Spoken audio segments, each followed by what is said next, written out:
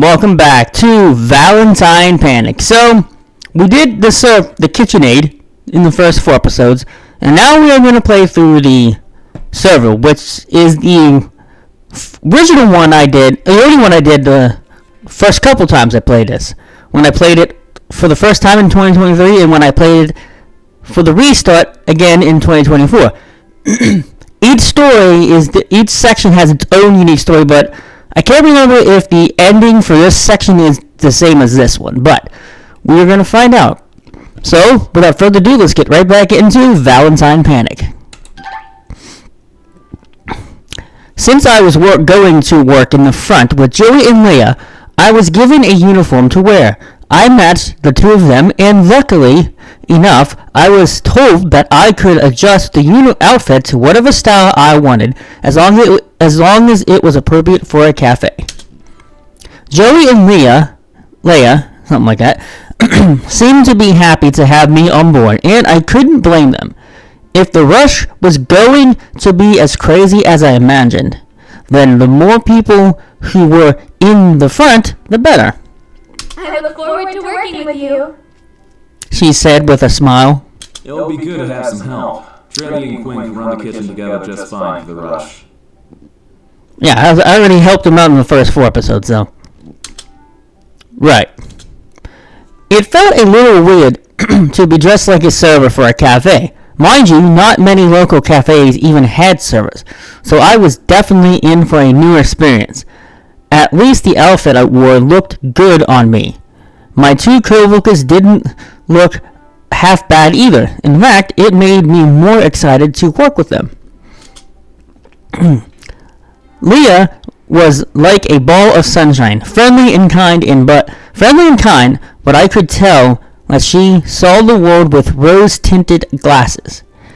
It almost felt inhumane to think about. But imagining her angry or even remotely upset seemed like a curiosity just to compare with her smile. Joey, on the other hand, was more of a mystery to me than anything else. He put up a strong and almost stoic exterior, but somehow managed to pull charm out of thin air, as if it was peeking through the cracks in his shell. I couldn't help but wonder why that was. Both of them, however, ran the front like clockwork. Joey ensured the organization of the cashier and counter, while Leah made it her job to clean and organize the tables and booths. So, was the cafe closed today? Huh? Oh, yes. Kay is on a business trip while our supervising manager, Naomi, is in France for a demonstration. Both the owner and the manager are gone for a period of time. We closed the cafe on the first day to prepare for the day after. The next day we open, and everything runs smoothly with no one knowing the wiser. I mean, wouldn't people notice when they see, like, the doors closed? Smart. It's nice when things go smoothly. And again, nothing wrong ever happens here. You really shouldn't say it like it's impossible for bad things to happen, Leah. Well, I haven't seen anything bad happen here since I started working here, and I've been here longer than you, Joey. Never say never. Leah really was the optimist of the pair. It was rather refreshing to see such positivity, but Joey had a point. You should never jinx luck by saying nothing bad will happen. Alright, positivity is good to have. It's better to be realistic. I mean, technically, they're both, being realistic is like being positive, isn't it? At least someone shares my sentiment. I guess I'll have to be the positive one of our trio. You really do find the smallest bits of joy in any situation, don't you? I mean, sometimes it's better to do that than just be negative all the time, because life is negative a lot. There's always a good side to every scenario. Mm-hmm. Despite the differences between them, working with Leah and Joey looked like it was going to be a lot of fun.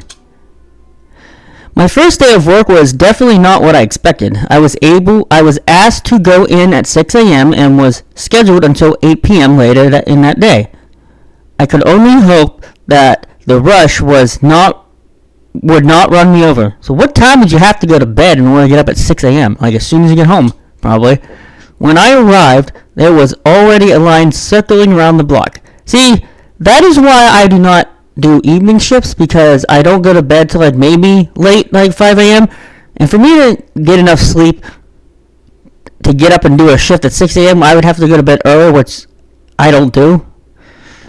Now, however, the earliest I can do a morning shift is like 10 to 10:30, 11 to 11:30, even 9 to 9:30, because I'll get enough sleep no matter what time I go to bed. But still, I worked with a lot of people who are like morning people, and I'm like, how do you have this much energy because I worked morning shift at McDonald's, so I had to go in like 6 or 7. And I'm like, there's a lot of people there who are like morning people. I'm like, how do you have that much energy to be up at this early when I'm dead tired? No offense to anybody who's a morning person, more power to you, but I just don't know how y'all do it. Holy crap. Hey, over here! Same scenario. It's like, so either way you slice it, if you go server or KitchenAid, this will be the same. A little step to the alley, and I found the back entrance to the cafe. Perfect. Come on! We gotta meet and psych ourselves up! Right. Once inside, I was greeted with an anxious energy. I could tell that all 4 of my coworkers were nervous, but as I was the new person, I knew I added a hefty amount of my own into the mix. So, are we ready to open the gates? But I think the dialogue is different, though. You make it sound like this is a terrible thing. It's not terrible, more so than it's exhausting. I'm sure we'll be fine. Just gotta pace ourselves. Despite the fear of the day ahead, with a solid nod from each person, we were ready to go. This panic was not going to do me in, and I had to make sure I pulled my weight. I did not want this event to fail because of a mistake I made. And thus, the event began, and the crowd flooded in. That's where we left off the last time. Oh, you're welcome. Oh, you were talking to the customers, not me. How may we serve you, ma'ams? Ma'ams? Working in the front was actually a bit terrifying. So you'll get a little bit of the last story mixed in with this one, but I believe the dialogue is slightly altered. Because, and thus the crowd flowed in stuff. That's where we left off in one of the episodes of the kitchen section. Couple and groups began pouring in, hoping to snag a sweet or two for the sale price the event offered. I found myself rushing back and forth between tables, making me work my brain hardcore. How can I help you today? Can I get some macarons and coffee, please?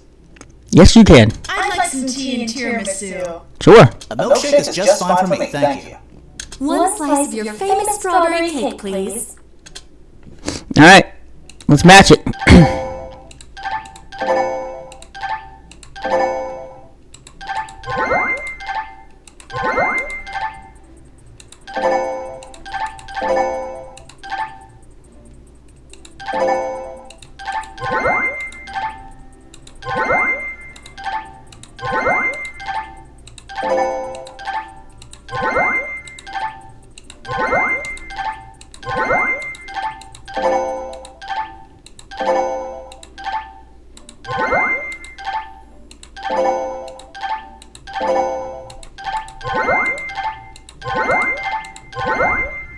Good job!